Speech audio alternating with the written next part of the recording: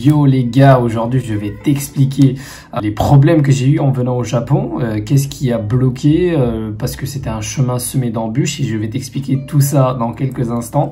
Mais en tout cas là c'est un, comment dire, c'est un nouveau concept que je teste sur la chaîne, on verra si ça vous plaît ou pas. Et c'est un, voilà, le concept c'est que je te raconte des histoires qui me sont arrivées et après à la fin on essaie de voir s'il n'y a pas une morale à cette histoire, s'il n'y a pas des choses que je peux te conseiller par rapport à la situation qui m'est arrivée ou pas. Et puis voilà, tout simplement. Donc let's go pour la vidéo. Donc comment ça a commencé? Entre guillemets, on va dire que j'avais prévu de venir au Japon pour le mois de février. Donc c'était soit début février, soit mi-février. Bon, la première chose, c'est que je pouvais pas venir début février finalement parce que j'avais fait ma demande de paperasse un petit peu tard. Moi, je pensais que ça allait être rapide, tac, tac, tac. En fait, en soi, c'est rapide, sauf quand t'habites à Paris. Parce qu'à Paris, quand t'habites à Paris, t'es obligé de prendre rendez-vous. T'es pas... Moi, je pensais que t'avais juste besoin de remplir les papiers qu'il fallait et puis d'emmener ça à l'ambassade et après t'as 4 ou 5 jours pour qu'ils acceptent ou pas. Sauf que là, non, ça se passe pas comme ça. Il faut d'abord que tu prennes rendez-vous. Le rendez-vous, c'est sur 10-14 jours. Après, t'as ton rendez-vous, tu peux poser les papiers et après revenir, attendre 4-5 jours et après avoir tout ça. Enfin, bref, ça, c'est pas vraiment le... Enfin, on va dire, c'est un mini problème. Le problème surtout que j'ai, c'est que voilà, maintenant, ça y est, j'ai mon passeport à peu près pour le 14 ou le 15. Maintenant, le souci que j'ai, c'est que à ce moment-là, je travaille tout simplement. Moi, j'ai créé 2-3 business à côté, on va dire, qui me rapportent un peu d'argent. Mais à ce moment-là, je travaillais aussi en même temps en parallèle en tant que salarié. Et donc là, qu'est-ce qui se passe? C'est que comme je travaille en tant que salarié, je dois démissionner. Et comme je dois démissionner, je me suis pas rendu compte, mais j'avais une période de préavis de plus de 1 mois. Et donc, j'étais obligé de, comment dire, entre guillemets, finir au moins le mois de février. Et après, je pouvais, grâce à des RTT et des trucs comme ça, je pouvais combler à peu près une dizaine de jours. Mais voilà, fallait au moins que je finisse le mois de février. Et ça, c'était un autre gros souci que j'avais. Et donc, je me suis retrouvé à devoir attendre jusqu'au mois de mars. Alors que moi, dans ma tête, mais les gars, ça y est, quoi. Moi, dans ma tête, c'était le mois de février. Hop, je me barre. Sauf que non.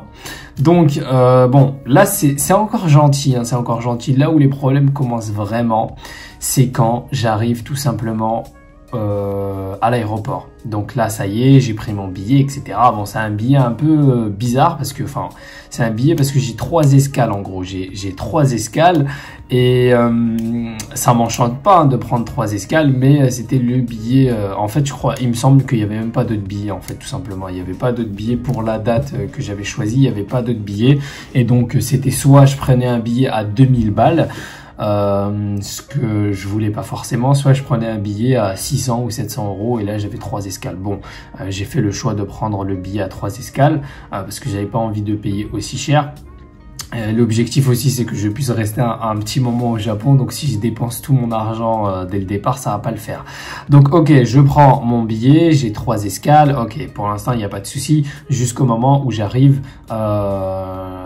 au moment de l'embarquement tout simplement. J'arrive dans la zone d'embarquement et là j'entends une dame tout simplement qui fait ça m'est jamais arrivé dans ma vie hein, mais je sais pas si tu vois, mais dans l'aéroport ou dans les supermarchés quand une personne prend le micro et appelle une certaine personne, lui disent ouais monsieur tatati tatata. Bah moi c'est ce qui s'est passé avec moi à l'aéroport, ça m'est jamais arrivé de ma vie, c'était super étrange. Du coup j'entends mon prénom, on me dit ouais monsieur Abou Saïd, veuillez vous rendre je sais pas, à l'endroit où il y a les informations quoi. Et donc moi j'entends mon prénom, j'avais mon casque, il me semble que j'entends mon prénom.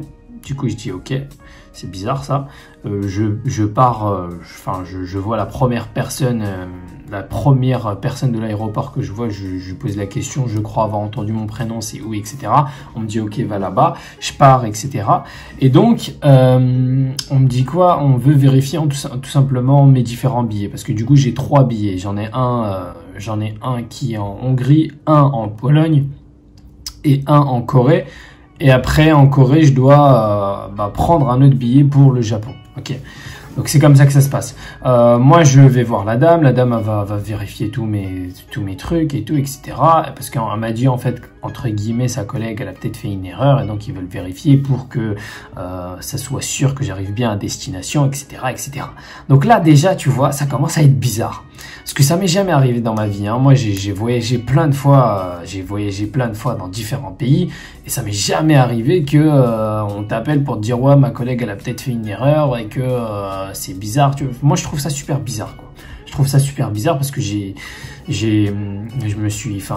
enregistré mon vol, j'ai bien acheté mon billet, j'ai fait toutes les démarches nécessaires, tu vois, j'ai mon visa pour le Japon. Je trouve ça bizarre quand même. Mais ok, pas de souci. Dans ma tête à ce moment-là, je trouve ça un peu bizarre, mais je dis ok, y a pas de souci. Elle veut vérifier, elle a raison, tant mieux. Donc, à vérifier tout ça, elle me dit ok, c'est bon, tu peux partir, tranquille, etc. Moi, ok, du coup là, j'ai bien mon, et elle me souhaite un bon voyage. Elle me dit ouais, un an au Japon, c'est pas mal, etc. Tu vas bien t'amuser, quoi. Et elle me souhaite bon vent. Du coup, moi, je fais quoi? Et d'ailleurs, on va faire un petit cut à ce moment-là.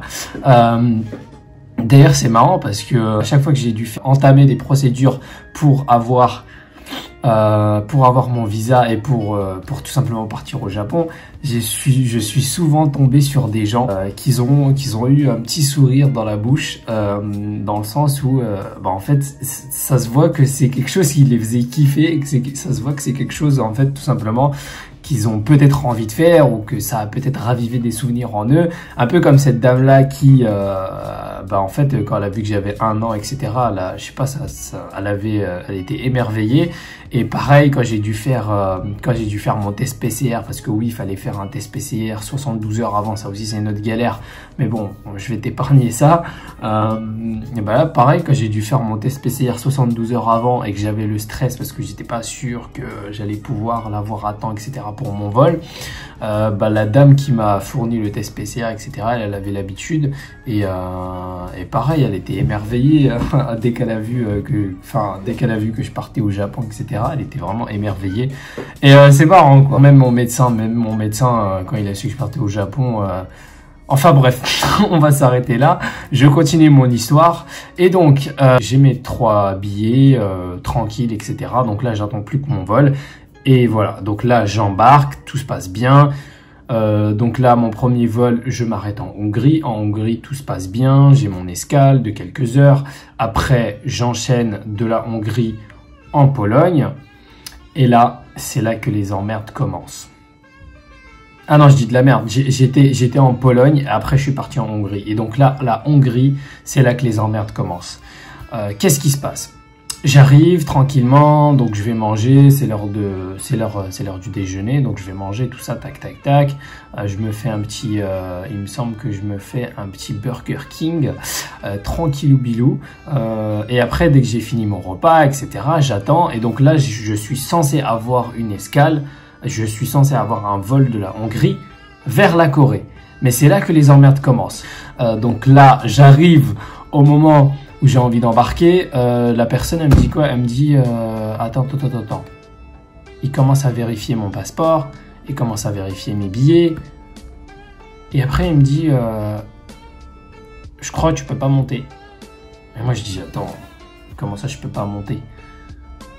Il me dit, après, il commence à me parler en anglais. Là, ça faisait vraiment longtemps que j'avais pas pratiqué mon anglais. Et là, je commence à avoir chaud. Et il me dit quoi? Il me dit, je crois que tu peux pas monter. Il m'a dit montre-moi ta compagnie. Montre-moi ta compagnie aérienne. J'ai montré, tu vois, sur mon papier que j'avais, je lui ai montré la compagnie, etc. Et là, il commence à me parler chinois. Il commence à me dire ouais, la compagnie que tu as pris, c'est une compagnie low cost et pour les compagnies low cost, il te faut un visa transitaire. Moi, j'ai dit mais attends, j'ai mon visa pour le Japon, etc. C'est bon, ça c'est carré. Non, il me dit il te faut un visa pour la Corée. Je lui dis ouais, mais je me suis renseigné sur internet, t'as pas besoin de visa transitaire parce que quand tu t'arrêtes à l'aéroport et que tu pars de cet aéroport, enfin tu sors pas de l'aéroport. En gros, si tu sors pas de l'aéroport, je m'étais renseigné, est-ce que tu avais besoin d'un visa ou tu n'avais pas besoin d'un visa? Parce que En fait, comme je partais au Japon et que demandais un visa, je me suis dit, attends, la Corée, c'est sûrement pareil. Donc, je suis parti voir sur le site du gouvernement, etc. Et je vois, ils ne demandent pas. Je dis, c'est bizarre. Du coup, lui, il me dit, il faut un visa. Je lui dis, mais j'ai vérifié, il en faut pas. Il m'a dit, ouais, normalement, il en faut pas pour les compagnies normales, mais toi, tu as pris une compagnie low cost. Et je lui dis, mais qu'est-ce qu'il me raconte? Et après, il me dit, là, t'as pas le choix, là. Il m'a dit, là, tu peux pas monter. Il m'a dit, là, la seule solution pour que tu montes, c'est à la rigueur que t'annules que tu prends un autre billet et à la rigueur que t'annules l'ancien. Je fais, attends, c'est bizarre son histoire. Mais j'ai pas le choix, je suis dans le speed. Je dois faire vite parce que là, le mec il est en train de me dire, là, c'est l'embarquement, il reste 5 minutes. Si tu veux faire, faut que tu fasses vite, là. Faut que tu prennes un autre billet. Ok, moi du coup je réagis, moi ça va, je réagis bien dans cette situation, je dis vas-y tranquille, on verra ça plus tard, là je prends mon billet, le plus important c'est que j'arrive à destination. Du coup dans le speed j'essaye de faire vite, j'essaye de faire avec le mec et de prendre mon billet, et après le mec il me dit bon là je peux pas, là le vol il doit partir, on peut pas patienter encore plus longtemps. Et après le bâtard il part. Et là, je commence à voir flou, là. Je commence à me dire, mais attends, ils sont sérieux, là? Et là, je fais comment? Et là, tu sais, tout le monde, ils sont tous autour de moi, mais ils peuvent pas m'aider. Il me dit, mais je fais comment? Et après, il me dit, bah là, en gros, tu vas devoir prendre un autre billet à un autre moment, quoi. Et là, je commence à me dire, mais dans quelle merde je suis, là? Dans quelle merde je suis?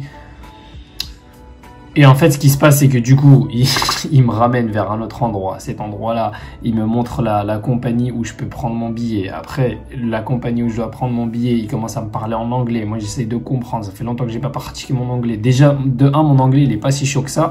Mais en plus, ça faisait longtemps que j'avais pas pratiqué. Là, je devais faire un effort de compréhension. Heureusement qu'ils parlent anglais parce que la Hongrie, je te dis, leur langue là, c'est une horreur. Tu comprends rien à ce qu'ils racontent. Enfin bref. Je vais dans la compagnie me dit ouais, ok, tu peux prendre un billet, mais le billet c'était combien? C'était 800, c'était entre 800 et 900 €, encore plus cher que le billet que j'avais acheté à la base. Et il me dit ouais, si tu veux acheter, il faut que tu l'achètes, mais ton vol ça sera que demain à 20 h, donc j'avais au moins 24 heures à patienter dans l'aéroport.